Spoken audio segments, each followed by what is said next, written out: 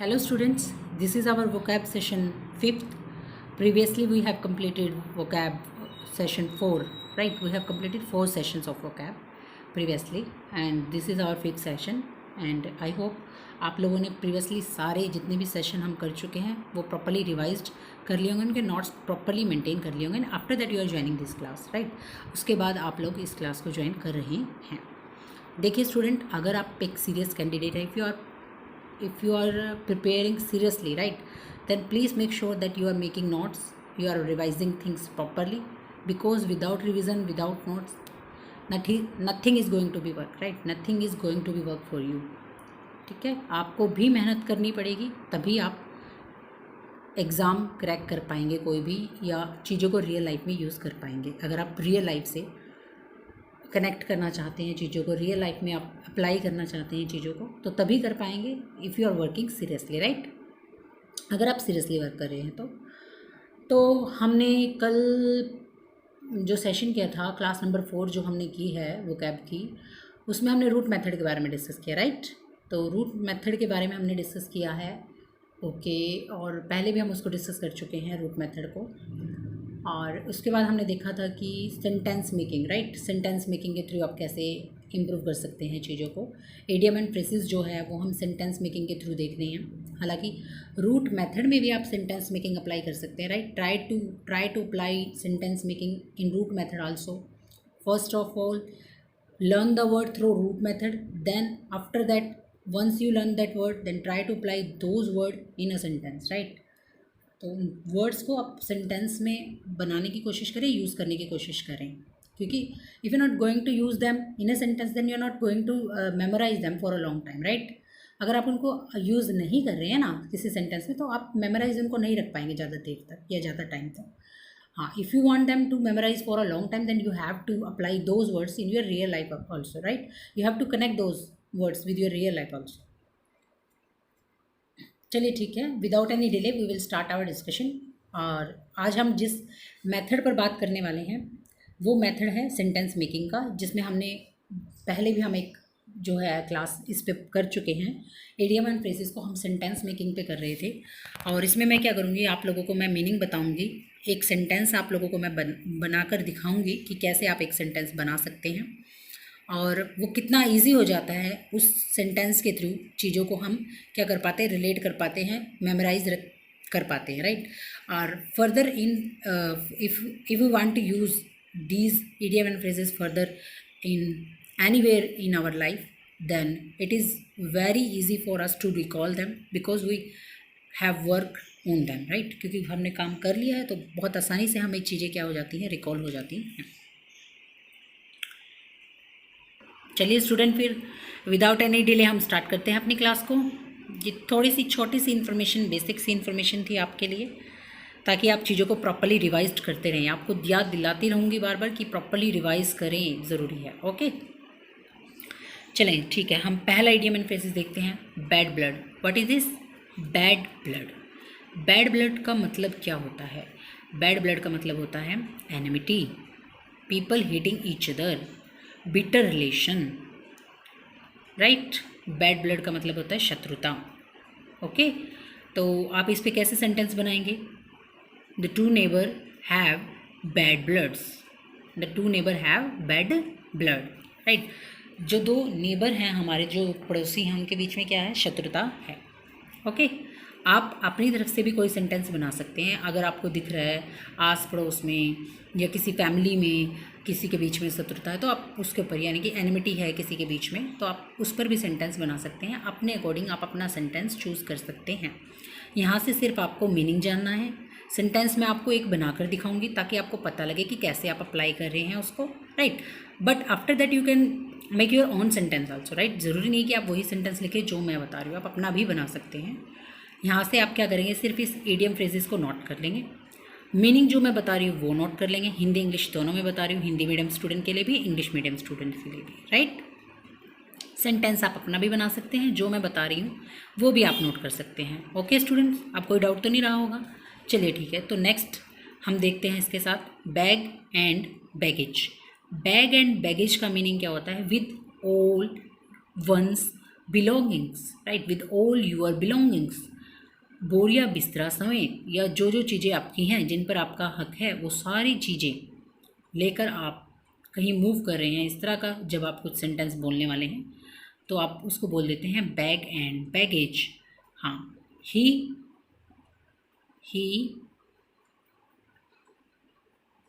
Take his heels with bag and baggage. अब देखिए इसमें मैंने दो इडियम एंड फ्रेजेस यूज़ कर लिए। He take his heels with bag and baggage. Take his heels का मतलब होता है टू रन अवे, भाग गया। कई बार कहते हैं ना भाई अपना सारा बोरिया बिस्तरा लेके भाग गया, उसने नहीं छोड़ी एक पिन भी।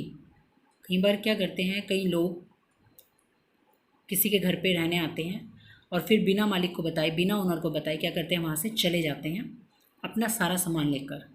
तो उस चीज़ को हम इस तरह से बोल सकते हैं that they run away with all their bag and baggage. Okay, they run away with all their bag and baggage, वो भाग गए अपने बोरिया बिस्तरा समेत। Okay, I hope you got this. Students, अगर आपको कहीं भी कोई दिक्कत आती है, जो भी मैं करा रही हूँ, अगर उससे रिलेटेड कोई दिक्कत है तो वो आप मुझे कमेंट कर सकते हैं। प्लीज़ इस चीज़ को समझें, जो भी कराया जा रहा है उससे रिलेटेड अगर कोई प्रॉब्लम है तो वो आप कमेंट करें please, right. Baker's dozen, baker's dozen का मतलब होता है 13 इन नंबर। बेकर्स डजन का मतलब क्या होता है, 13 in number. I want this in baker's dozen, यानी कि मुझे एक चीज़ कितने नंबर में चाहिए, 13 नंबर में चाहिए, ठीक है, 13 चाहिए। I want a baker's dozen pastries, ठीक है, मुझे 13 चाहिए पेस्ट्री। आप कुछ भी बना सकते हैं, या अगर आपको कुछ भी 13 ही नंबर में चाहिए, 13 चाहिए, तो आप उसको सीधा बोल सकते हैं। जिससे भी आप परचेज़ करने जा रहे हैं उसको बोलें you can give me baker's dozen, कि आप मुझे 13 दे सकते हैं। आप मुझे can you give me baker's dozen, क्या आप मुझे 13 दे सकते हैं। जैसे भी आपका मन करे आप बोल सकते हैं। ओके, नेक्स्ट पे चलते हैं। Be born with a silver spoon in one's mouth. Be born with a silver spoon in one's mouth. देखिए, देखने से ही थोड़ा सा एक आइडिया आपको हो रहा होगा कि सिल्वर स्पून जिसके माउथ में होगी वो क्या होगा, रिच ही होगा ना। तो देखने से कई बार हमें हो जाता है आइडिया आइडियम एंड फ्रेसेस का, और उस आइडिया को आप मेंटेन रखें, कोई दिक्कत नहीं होती, वो कई बार रिलेट कर जाता है, देयर इज़ नो प्रॉब्लम।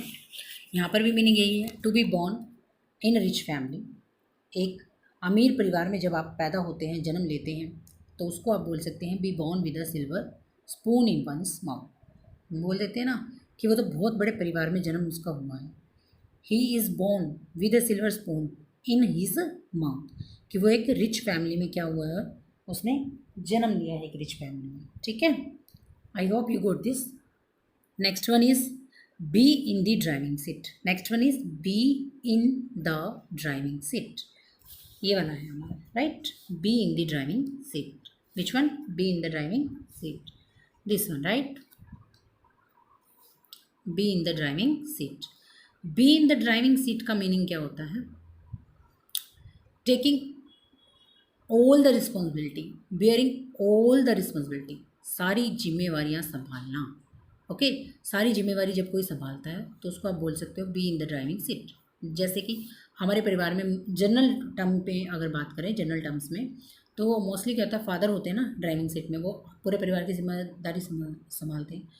तो my father is in the driving seat of my family, यानी कि मेरे फादर जो हैं वो क्या करते हैं, मेरे पूरे परिवार की जिम्मेदारी उन्होंने संभाली हुई है, आप ऐसे बोल सकते हैं।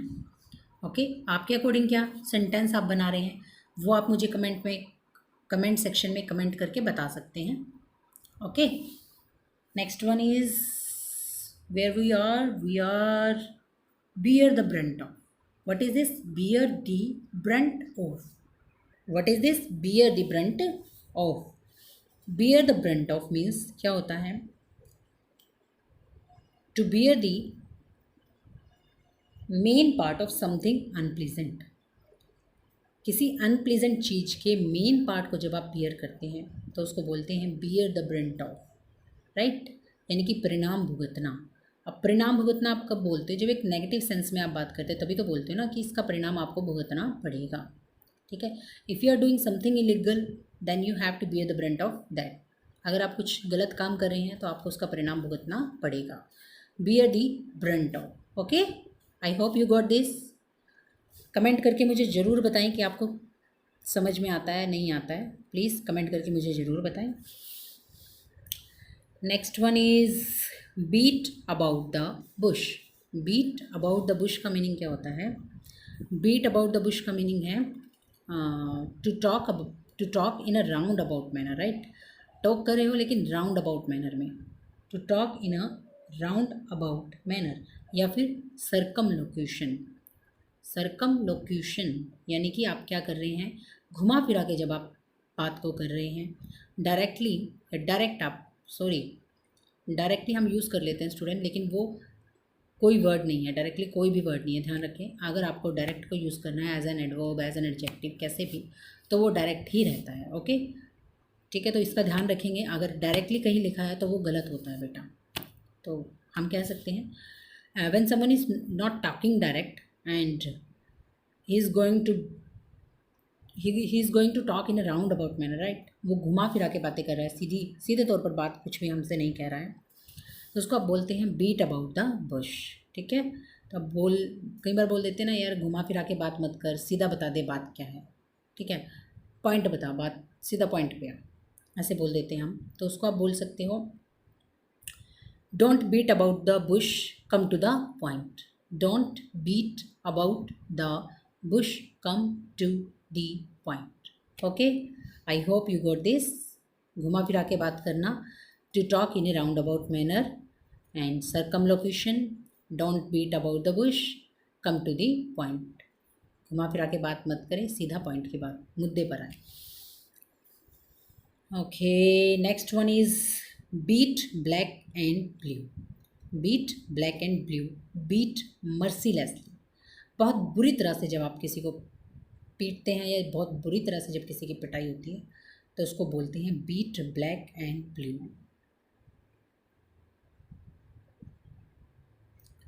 If you don't revise properly, then I'm going to beat you black and blue, right? I hope you got this. If you are if you are going to ignore your work, then I'm going to beat you black and blue. ठीक है, अगर आप अपना काम ignore करेंगे तो मैं आपको पीटूँगा। if you don't revise things properly, then I am going to beat you black and blue, right? हाँ, फिर कई बार ये भी हो जाता है ना, किसी कोई बेचारा जब घर पे मार खा के आता है तो वो बोलता है यार बहुत बुरी तरह से पिटाई होगी। मूवीज़ में देखते हैं हम ये सीन अक्सर ना, कि बहुत बुरी तरह से गुंडे की धुनाई हो जाती है, या फिर आप हाँ मूवीज़ में आ जाता है अक्सर ये सीन, या हीरो को पीट दिया गया बहुत बुरी तरह से, तो हम वहाँ पर यूज़ कर सकते हैं they have beat him black and blue. They have beat him black and blue, right. वहाँ पर आप ऐसे इस तरह से यूज़ कर सकते हैं। आपने क्या सेंटेंस बनाया कमेंट करके आप मुझे बता सकते हैं। बीट होलो, बीट होलो का मतलब होता है to defeat thoroughly and convincingly. To defeat thoroughly and convincingly यानी कि बहुत आसानी से और एक बहुत बड़े मार्जिन से जब आप किसी को हरा देते हैं तो आप उसको बोलते हैं बीट होलो। जैसे कि अभी फ़िलहाल अगर आपको पता हो, हमारे देश के 15th प्रेसिडेंट जो हैं हमारे देश के, वो चुनी गई हैं, जिनका नाम है द्रौपदी मुर्मू। और उन्होंने क्या किया है, जो अपोजिशन में पर्सन था उसका नाम आप मुझे कमेंट करके बताएंगे कि अपोजिशन में पर्सन कौन था, राइट। देखिए स्टूडेंट, हमें करंट अफेयर्स की नॉलेज भी होनी चाहिए, ठीक है। तो जो अपोजिशन में पर्सन था, मेंबर था, उसको कैसे हराया, बीट होलो। उसको बहुत बुरी तरह से और एक अच्छे मार्जिन के साथ उन्होंने हराया है। और 15th प्रेसिडेंट जो है वो इंडिया की बनी है।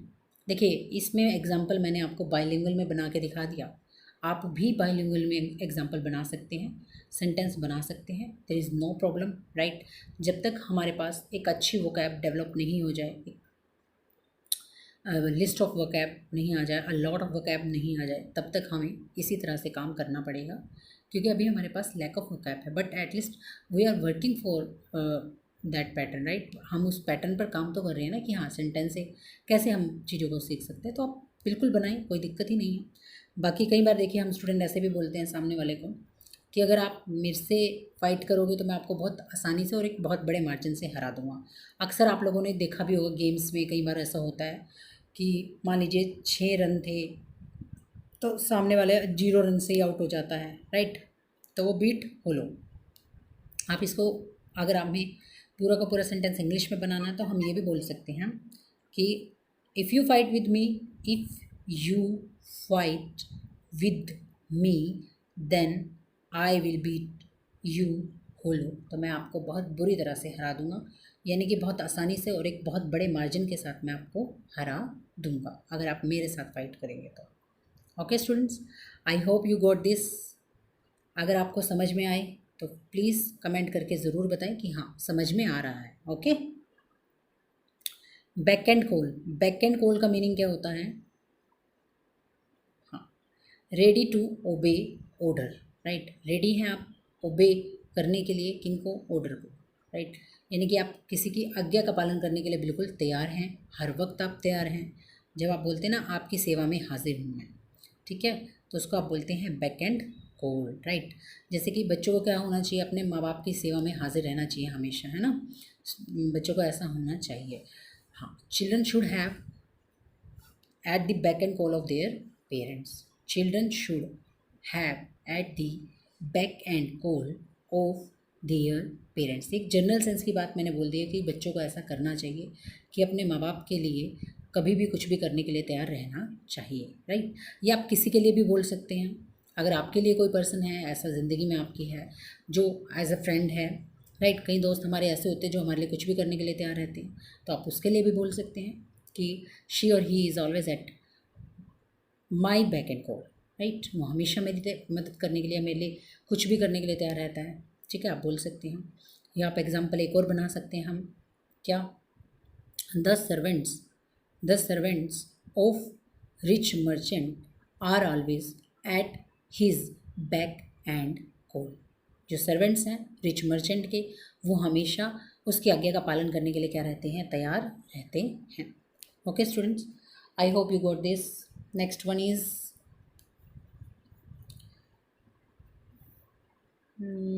कहाँ पे थे हम? Bed of roses, right. This one, bed of roses.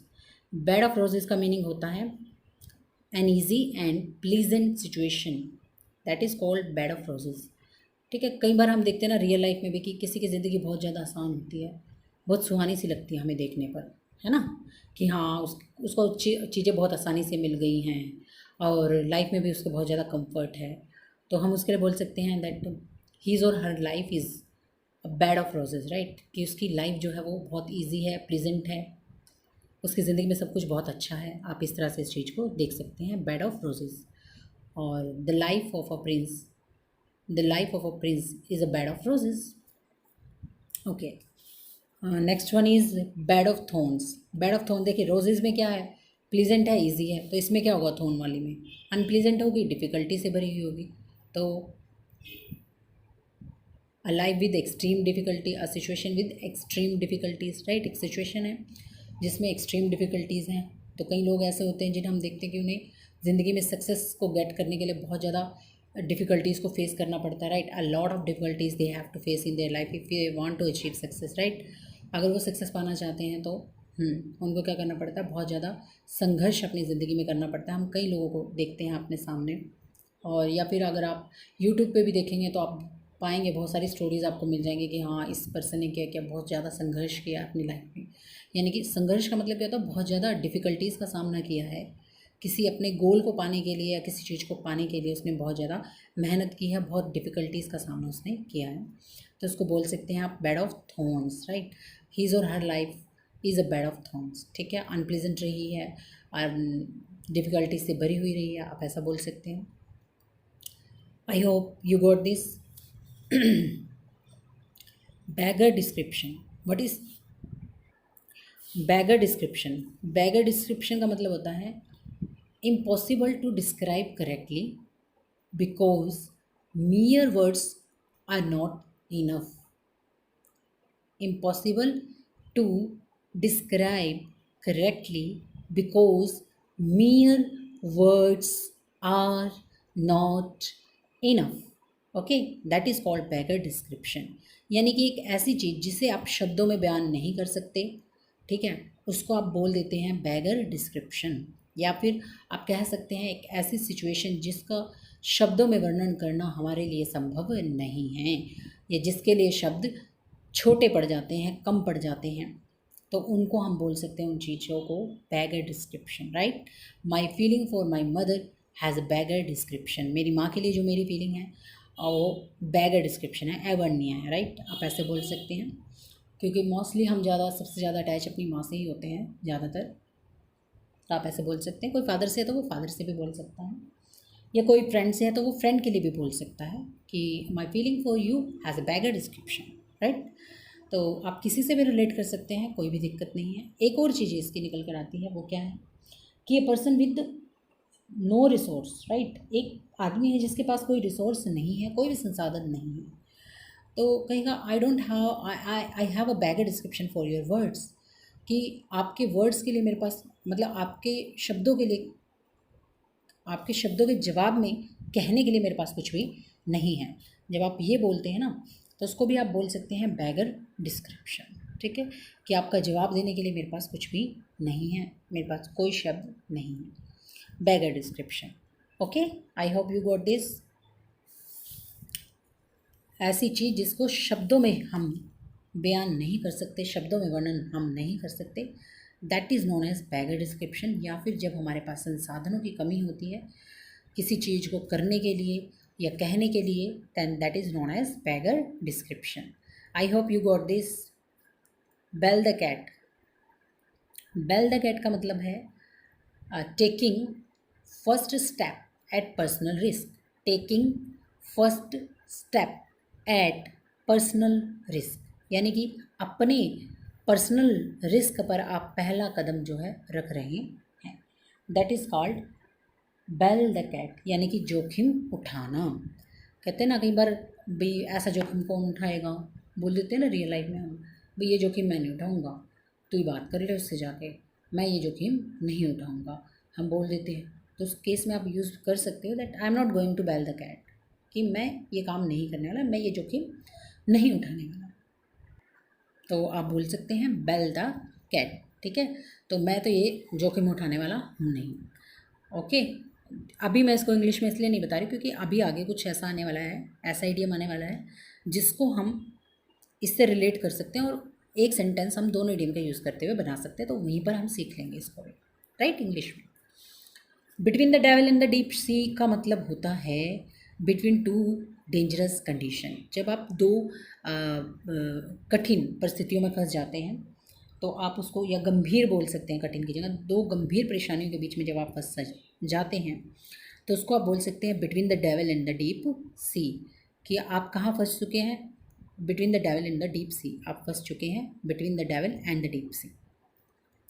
कई बार ऐसा हो जाता है ना कि हम डिसाइड ही नहीं कर पाते कि हम कौन से वाले चीज़ के लिए सॉल्यूशन निकालें। दो ऐसी चीज़ें आ जाती हैं जो दोनों ही मुश्किल हैं और हमारे सामने एक साथ आ गई हो, तो हम क्या हो गए, हम between the devil in the deep sea बोलेंगे फिर अपने आप को कि भाई मैं तो एक तरफ कुआं है तो दूसरी तरफ खाई, ऐसे भी बोल देते हैं हम इस चीज़ को हिंदी में।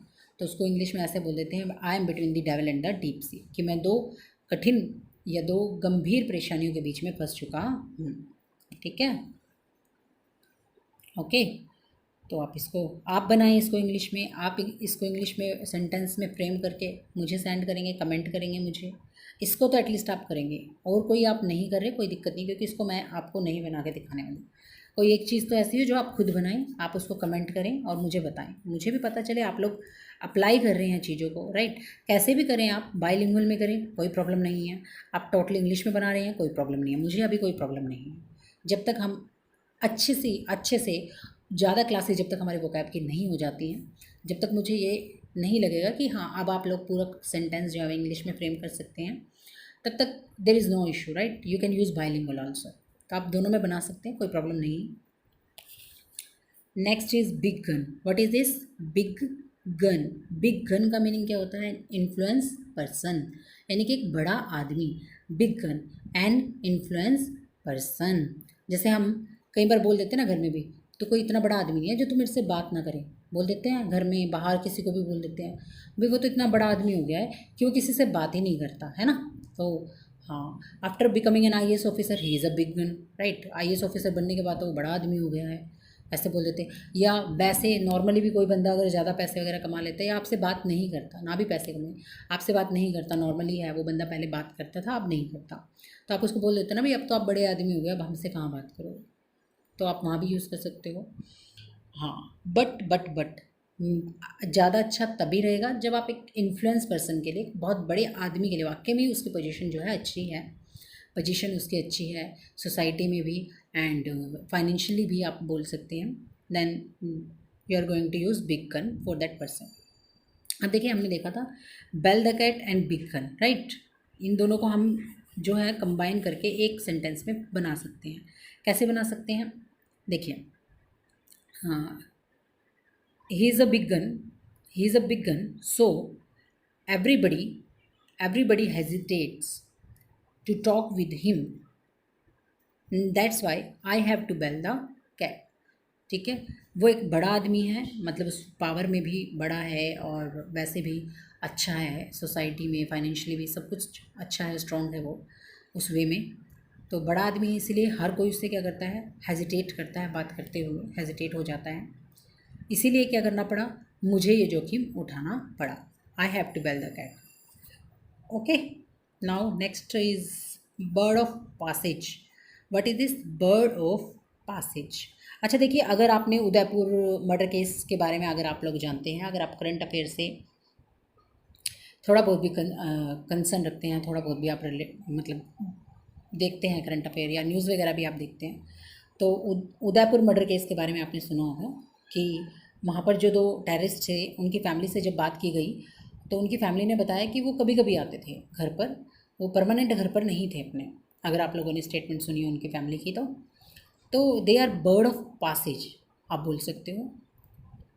ठीक है, a person who stays for a short time, for a short period in a place और इन अ जॉब, एक पर्सन जो थोड़े समय के लिए किसी जॉब या किसी प्लेस पर रहता है उसको आप बर्ड ऑफ पासेज बोल सकते हो। या फिर अ पर्सन हु कम्स ओकेजनली, या वो पर्सन जो कभी कभी आता है उसको भी आप क्या बोल सकते हो, बर्ड ऑफ पासेज बोल सकते हो। वैसे देखिए ये लिया कहाँ से गया, बर्ड ऑफ पासेज जो है वो लिया गया है माइग्रेटरी बर्ड से। माइग्रेटरी बर्ड क्या करते हैं, कुछ समय के लिए कहीं पर रहते हैं, राइट, फिर जब उनके अनुसार वहाँ का वातावरण नहीं रहता है उनके अकॉर्डिंग, तो वो वहाँ से माइग्रेट कर जाते हैं। ओके, और वो फिर उस जगह चले जाते हैं जहाँ पर उनके अकॉर्डिंग उनको एनवायरनमेंट मिलता है, तो माइग्रेटरी बर्ड से रिलेट कर कर ये बनाया गया है, तो माइग्रेटरी बर्ड से भी आप इसको रिलेट कर सकते हैं और आप समझ जाएंगे कि थोड़े समय के लिए जब कहीं पर हम रहते हैं या कोई पर्सन किसी जॉब में किसी जगह पर थोड़े समय के लिए रहता है या कहीं कभी कभी जाता है, राइट, तो जैसे आप कोई पर्सन है, आप उससे बात कर रहे हैं, ठीक है, वो आपसे एड्रेस पूछ लेता है, सपोज़ कीजिए आप कहीं बाहर गए हैं, अपनी सिटी से बाहर गए हुए हैं और कोई पर्सन आता है, कई बार ऐसा होता है ना, हम भी एड्रेस पूछ रहे हैं और सामने वाला आके हमसे ही एड्रेस पूछ जाता है, तो हम उससे बोलते हैं कि भाई हम तो पहली बार आए हैं या हम कभी कभी आते हैं, सपोज़ कीजिए आप कभी कभी जाते रहते हो, तो आप बोलते हो भाई मैं कभी कभी, I am not a permanent residents of this city, right, तो आप बोल सकते हो I am a bird of passage and not a permanent residents of this city, तो मैं तो यहाँ कभी कभी आने वाला हूँ। और वो एग्जाम्पल टेररिस्ट वाला आपको समझा ही दिया कि उसकी फैमिली ने क्या स्टेटमेंट दी थी, that they are birds of passage, तो वो क्या थे, बर्ड्स थे passage, right, birds of passage थे वो। Okay, I hope you got this. Bird's eye view, bird's eye view, bird's eye view का मतलब क्या होता है, देखिए बर्ड्स आई व्यू, बर्ड कहाँ होते हैं, ऊपर, और ऊपर से अगर आप देखते हो तो इसका मतलब कि आप ओवरव्यू ले रहे हो, राइट, थोड़ा सा आप इस तरह से भी कनेक्ट कर सकते हो, क्या कर रहे हो आप, ओवरव्यू ले रहे हो उस चीज़ का, है ना।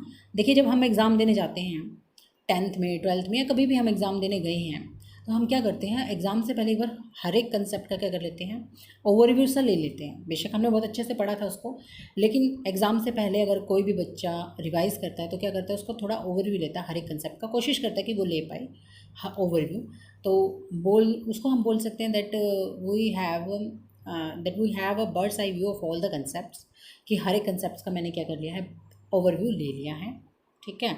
या अगर मान लीजिए कोई प्रोजेक्ट है उसके बारे में आपको ओवरव्यू चाहिए, तो आप उसके बारे में बोल सकते हैं that I want the birds eye view of this project, इस प्रोजेक्ट का ओवरव्यू आप मुझे दे दीजिए, कि ऊपर ऊपर से मुझे बता दीजिए कि क्या बातें हैं क्या नहीं, ठीक है।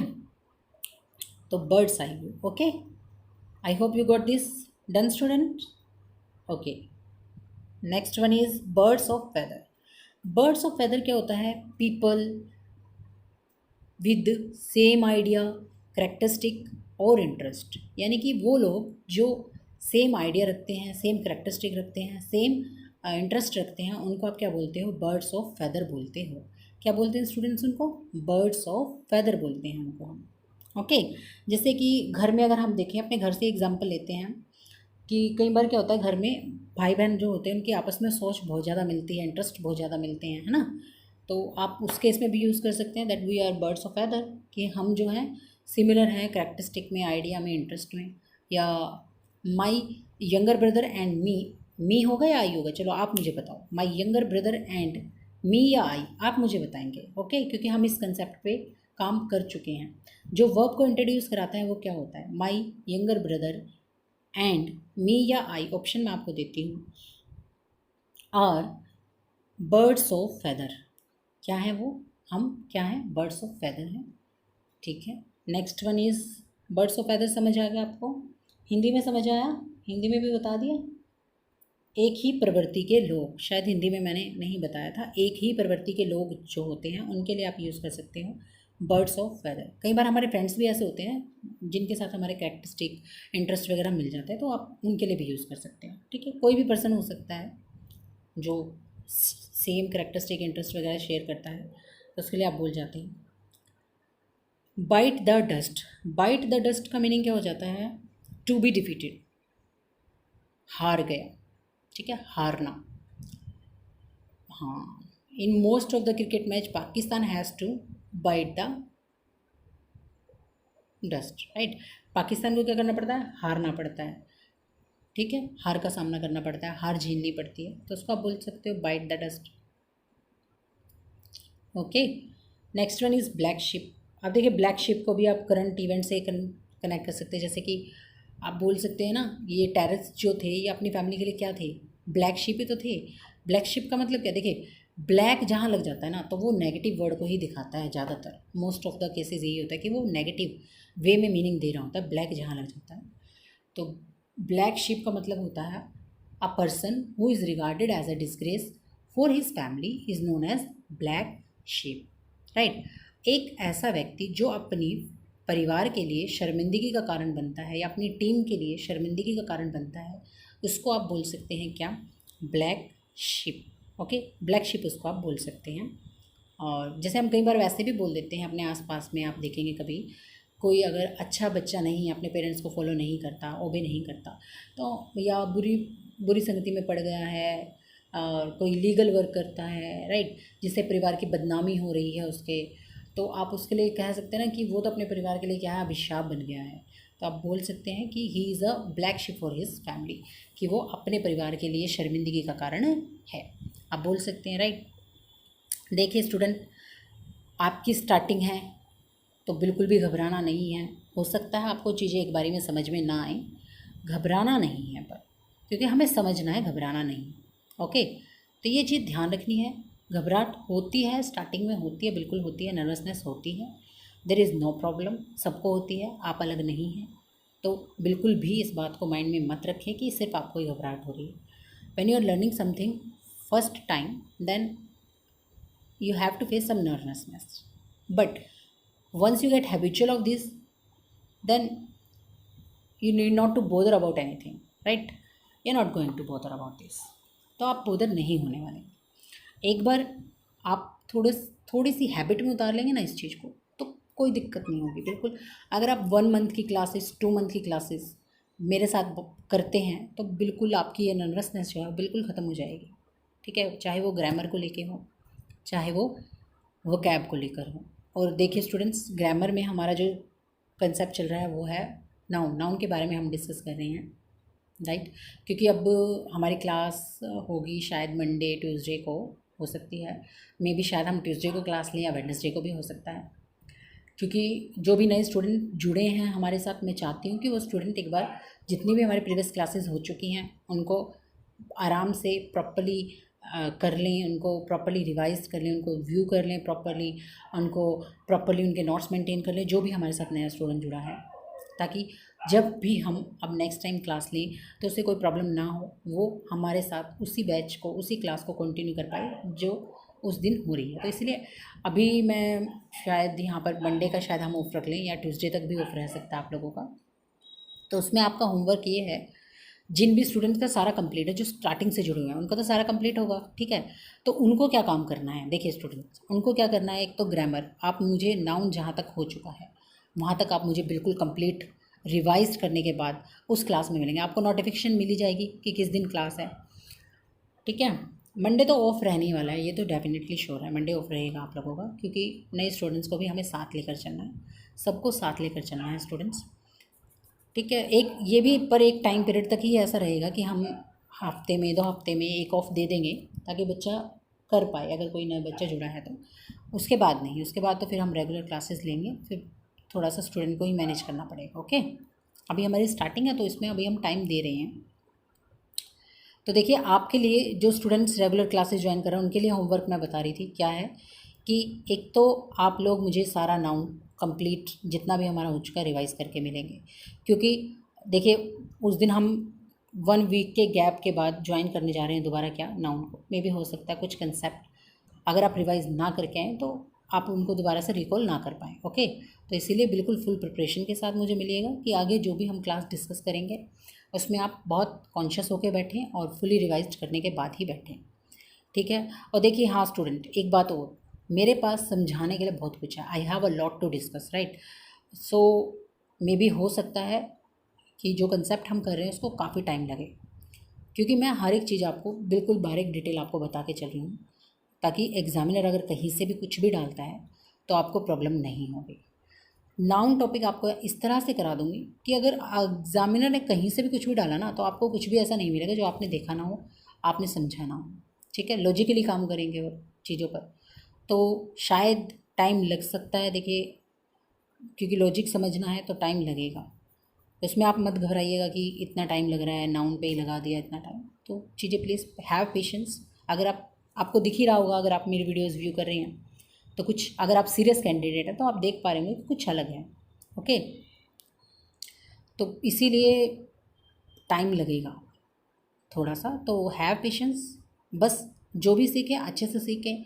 बाकी ऐसा नहीं है कि मैं आपको और कुछ नहीं करा रही हूँ, शॉर्ट्स के थ्रू मैं आपको बहुत कुछ करा रही हूँ। मैं वर्ब से भी आपको लिंक कर रही हूँ धीरे धीरे शॉर्ट्स के थ्रू, मैं आपको प्रेपोजिशन से भी लिंक कर रही हूँ धीरे धीरे शॉर्ट्स के थ्रू, राइट। मैं एडजेक्टिव से भी आपको लिंक कर रही हूँ, मैं एडवर्ब से भी आपको लिंक कर रही हूँ। तो आपको घबराना नहीं है। अगर आप नाउन करने के बाद भी जाएंगे एग्ज़ाम में तब भी आप चीज़ों को कैच कर पाएंगे, क्योंकि मैं कहीं ना कहीं हर एक चीज़ को साथ लेकर ही चल रही हूँ। अगर आप शॉर्ट्स देख रहे हैं तो आप पाएंगे कि वहाँ पर मैं एडजेक्टिव को कभी डिस्कस कर रही हूँ, कभी नाउन को डिस्कस, कभी एडवर्ब को डिस्कस, कभी प्रेपोजिशन को, कभी वर्ब को डिस्कस, राइट। तो एरर जिस तरह से एग्ज़ाम में आए हुए होते हैं उन एरर को मैं आपको समझा देती हूँ ताकि आप थोड़ा सा कैच कर पाएँ। अगर आप न्यू हैं तो देखिए एकदम से तो सिलेबस नहीं होगा और आपका एग्ज़ाम 1 मंथ बाद है, ठीक है। और आप सोचें कि एकदम से नहीं, ऐसा नहीं होता है, चीज़ें टाइम लेती हैं, आपको देना पड़ता है अगर आपको चीज़ें अच्छे से सीखनी है तो, ठीक है। तो टाइम तो आपको देना पड़ेगा, लेकिन हाँ ठीक है, आपकी छोटी सी हेल्प मैं इस तरह से कर रही हूँ कि आप शॉर्ट्स अगर देख लेते हैं तो एरर को आप शायद गेट कर पाएंगे वहाँ पर, क्योंकि मैं सीधा डायरेक्ट एरर को ही उठा रही हूँ और एरर से ही आपको कंसेप्ट को समझाने की कोशिश कर रही हूँ कि उस एरर में कंसेप्ट क्या कहना चाहता है और किस बेस पर वो एरर बनाया गया है। तो आप शॉर्ट्स भी ज़रूर देखें अगर आप सीरियस कैंडिडेट हैं।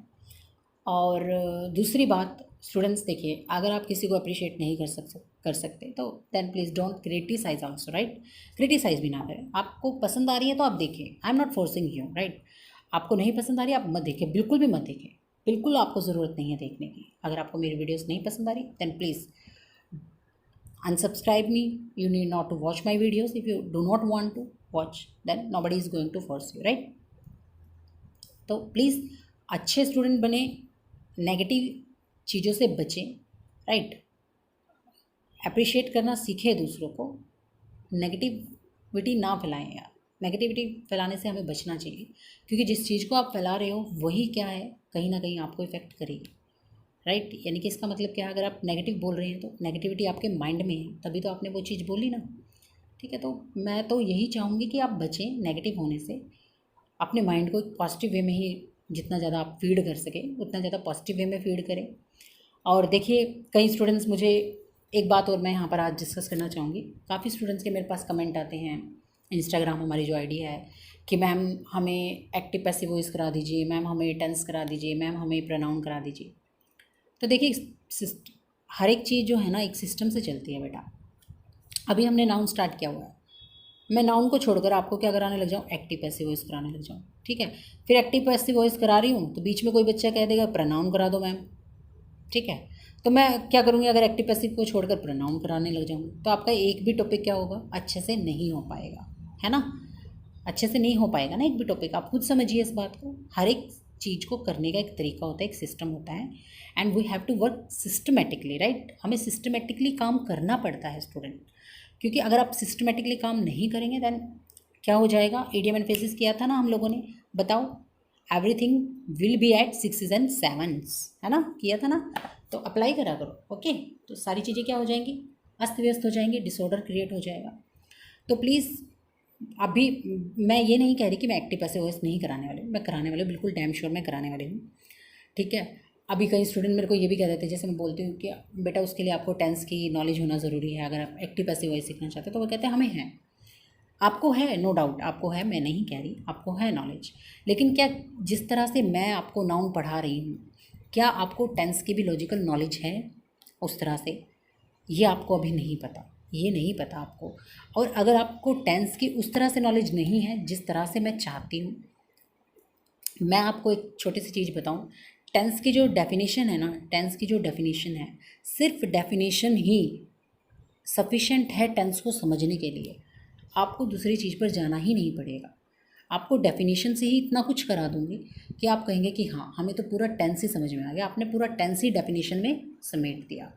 टेंस की जो डेफिनेशन है वो इतनी ज़्यादा लॉजिकल है स्टूडेंट्स। तो प्लीज़ मैं जिस तरह से काम कर रही हूँ मुझे वैसे ही काम करने दें, इस बात को आप थोड़ा सा समझें, प्लीज़ अंडरस्टैंड थिंग्स। आप ये मत सोचिएगा कि मैम ऐसा बोल रही हैं, ऐसा नहीं, ऐसा नहीं है। मैं इसलिए बोल रही हूँ ताकि चीज़ें थोड़ा सिस्टम से चलें, आप लोग इस चीज़ को समझें, ओके। तो हाँ, लेकिन ये है टॉपिक हर एक होगा। जब आपका टॉपिक होगा, आपको सपोज़ कीजिए सिर्फ एक्टिव पैसिव वॉइस करना है मुझसे, हालांकि मैं चाहूँगी अगर आप सारे टॉपिक कर पाए तो सारे करें, आपको कुछ नया सीखने को मिलेगा। अगर आप नहीं करना चाहते, आप सीधा एक्टिव पैसिव पे आना चाहते हैं, तो थोड़ी सी डिफ़िकल्टी आपके लिए होगी अगर आपने टेंस नहीं किया मुझसे तो, क्योंकि मैं एक्टिव पैसिव वॉइस को भी लॉजिकल समझाऊँगी और टेंस को मैं समझा चुकी हूँ। तो जो टर्म्स हम एक्टिव पैसिव में, क्योंकि कहीं ना कहीं वो टेंस से ही लिंक होता है काफ़ी हद तक, तो वहाँ पर मैं नहीं समझाऊँगी, फिर वहाँ पर आपको प्रॉब्लम्स आएंगी, ठीक है। तो इसीलिए कहती हूँ कि वन बाय वन आप लोग क्या करें, धीरे धीरे हम, हाँ, we are going to discuss everything by and by, right, gradually, धीरे धीरे हम हर एक चीज़ को डिस्कस करेंगे। जब आपका टॉपिक आएगा तो उसको भी डिस्कस किया जाएगा, उसको छोड़ा नहीं जाएगा, राइट। तो have patience, do watch things, right, और मुझे मेरे अकॉर्डिंग काम करने दें, ठीक है। अभी तक अगर कोई प्रॉब्लम है then please send me comment. मैं बिल्कुल surely I am going to reply you, surely आपका रिप्लाई किया जाएगा। किसी इडियम फ्रेजेस में दिक्कत है, नाउन के किसी कंसेप्ट में दिक्कत है, कोई, देखिए हालात तो मैं करा रही हूँ इस तरीके से कि आपको दिक्कत होनी नहीं चाहिए। अगर कुछ है भी तो जब तक नाउन ख़त्म होगा, मे भी हो सकता है कि उस टॉपिक के बारे में, उस कंसेप्ट के बारे में, उस लॉजिक के बारे में हम नाउन में फर्दर डिस्कस करने वाले हैं, ठीक है। तो एक बार अगर नाउन कंप्लीट हो गया, एक बार अगर नाउन कंप्लीट होगा तो उसके बाद आपको बिल्कुल भी कोई भी डाउट नहीं रहेगा। आप कहेंगे कि आपको हर एक डाउट का जो है जवाब मिल गया है। अगर फिर भी आपको डाउट आता है, then you can comment me and I will surely reply students, ठीक है। तो आई थिंक आज के लिए इतना ही है। और अगर आपको मेरे पढ़ाने का तरीका अच्छा लग रहा है तो, पढ़ाने का तरीका अगर आपको अच्छा लग रहा है तभी करें स्टूडेंट्स मेरी वीडियोस को, तभी लाइक करें अगर आपको अच्छी लग रही हैं तो, ठीक है। और सब्सक्राइब करें मेरे चैनल को और इसको ज़्यादा से ज़्यादा शेयर करें और कमेंट करके मुझे बताएं कि आपको वीडियोस कैसी लग रही हैं, ओके स्टूडेंट्स। और सारी वीडियोस, अगर आपने बीच में कोई वीडियोस नहीं देखी है तो आपको टाइम मिला है अभी, सैटरडे, संडे और मंडे तो हमारा फाइनल है कि ऑफ ही रहेगा, तो टाइम है, तो आप अपनी वीडियोस को देख सकते हैं जो भी वीडियो आपकी रह रही है। और उसके बाद आप हमें हर डेली बेसिस पे ज्वाइन कर सकते हैं, ठीक है। और मे भी हो सकता है, देखिए ज़रूर देखें हर एक वीडियो, अगर आप रेगुलर हैं तो आप हर एक वीडियो को देखते चलें, ये मत सोचें कि नेट पे पड़ी हुई है। अगर आप मुझे एक बात बताएं, सिंपल सी छोटी सी बात बताएं, अगर आप ऑफलाइन क्लासेस ले रहे होते, अगर आप ऑफलाइन क्लासेस ले रहे होते तो तब भी वहाँ यही सोचते कि ये तो नेट पे पड़ी है तो इसको हाँ हम कभी मर्जी देख लेंगे, ऐसा नहीं होता ना। वहाँ तो फिर आप बच्चों के नोट से ही समझने की कोशिश करते चीज़ों को, मैम आपको दोबारा क्लास तो देने वाली है नहीं। तो मे भी हो सकता है ऐसा कि मैं कोई भी वीडियो डिलीट कर सकती हूँ। तो अगर आप रेगुलर हैं, सीरियस हैं, तो ये आपको टाइम दिया गया है कि आप क्या करें। आप अगर आपने कोई क्लास बीच में मिस की है, छोड़ी है, तो आप उसको कर लें। अगर वीडियो बीच में डिलीट की गई तो फिर आप मुझे मत बोलना, ओके? ठीक है students? Okay, then we will meet soon. Till then, goodbye. Have a nice day. Thank you.